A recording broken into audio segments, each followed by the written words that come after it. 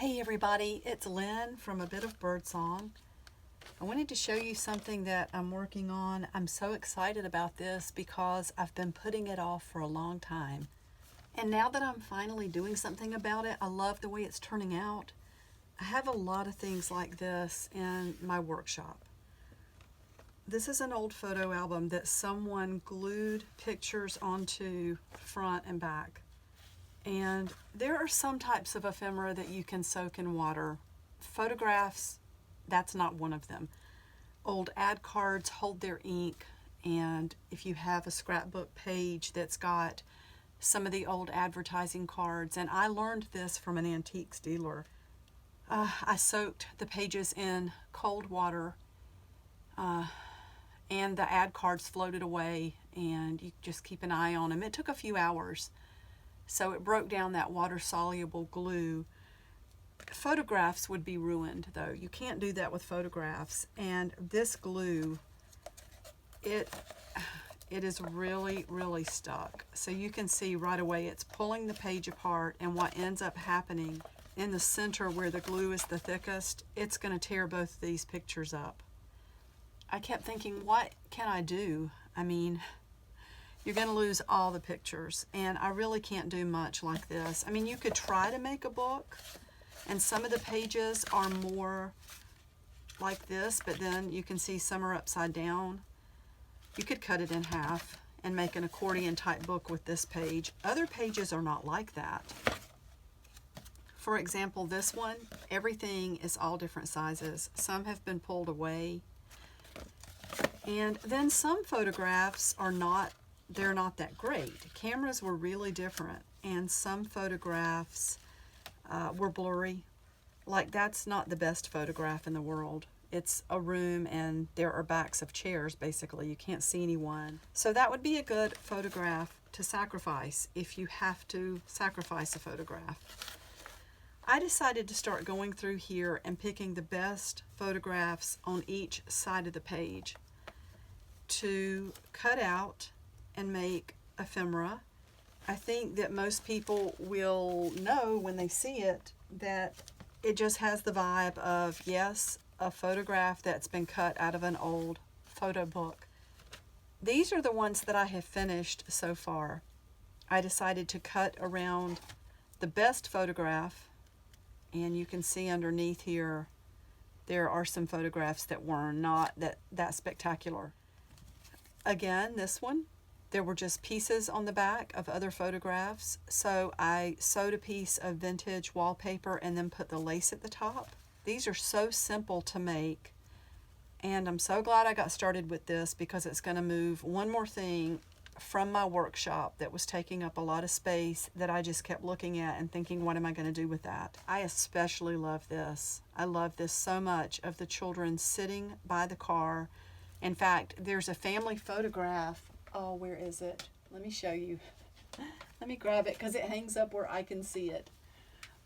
This is a photograph from my family. I talk about my great aunts and uncles that I was so close to when I was in my 20s. This is my Uncle Roy. His middle name was Shepherd. I know I've told you before, his grandmother had a bunch of children, a whole lot of children. And her name was Foster. She, had kids that were already grown and moved away with their own children when she was having one of her babies. And she had a really hard time with that delivery. So her husband went running out, and a lot of babies were born at home then. That would have been in the, my goodness, around the turn of the century. So, because he was born in around 1917, and this would have been his uncle. It was his Uncle Stace that was being born. So when the baby, it just couldn't be delivered, her husband went running out to get the doctor, and the doctor's name was Dr. Shepherd. And I have a copy of the census showing Charlie and Foster, where they lived, and then not far up the street was Dr. Shepherd. So Charlie went and got Dr. Shepherd, and it was a successful delivery. The baby lived, Mama lived, and she went on to have another daughter after that. But they named the child after Dr. Shepherd, so he was Stacy Shepherd. And every generation since then, there's been a shepherd in the family. So Uncle Stace was Stacy Shepherd, and then my Uncle Roy was Roy Shepherd. I have a shepherd. My Daniel is Daniel Shepherd, and I feel sure that one of my kids will use that name as well. It's a beautiful name. Shepherd is just, you know, especially if you think about the Bible and just the Good Shepherd. So I love that story. Anyway, I love this image of the kids. That could have been something from my own family. Here we have my Uncle Roy with one of his children. I don't know, I just love this. So these are the pieces I've made so far. Let me get back on track. I loved the back part of this wallpaper. Let's see if I can find another one with writing. There we go. Oh, look, it says Charles, of all things. Charlie. And it's neat. My Uncle Roy went on to marry an Elizabeth. So I put the Elizabeth side on this. That was a really common name, and it's still a beautiful name. I just took some lace and kind of twisted that in the shape of a flower. I love to set the sewing machine on a zigzag stitch and put the length to 0 and then the width as wide as it will go, and you can just sew back and forth and keep something in place. Something else you could do is distress the edges on that wallpaper.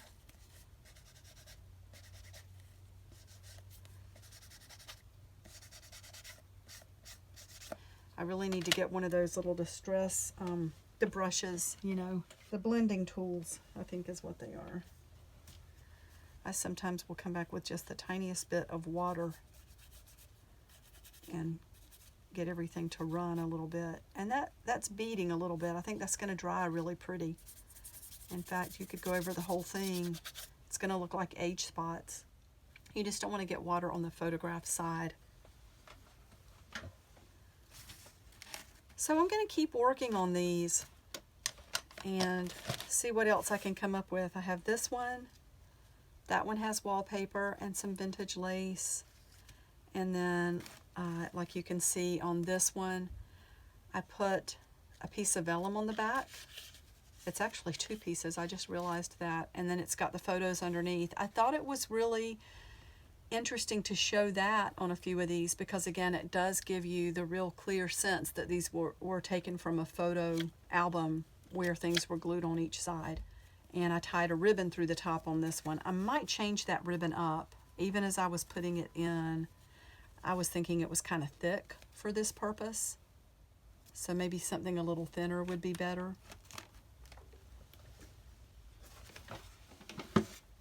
Like this. I can tell already that would be better. Plus it wouldn't leave a big chunk of fabric or ribbon in your scrapbook or your journal. So let's pull this right out. Pliers are handy that way too. I'll save that ribbon for another project. So let's get a tiny little piece of this. This is a very delicate pink ribbon. And of course I like that.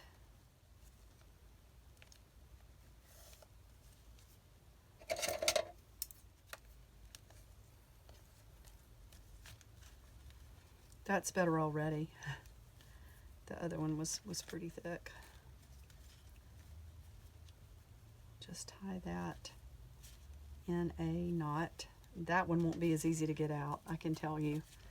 So I like that a lot. And I think I would probably distress around those hole punches a little bit. Maybe go over the whole thing. Again, you just want to be careful not to get a lot of water on the photograph. You know, a drop of moisture is not going to be a huge destroying sort of thing, but you don't want to get a lot. That's pretty.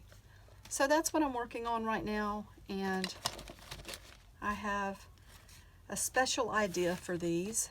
I will be back really soon to share that. Thank you so much for watching. Bye for now.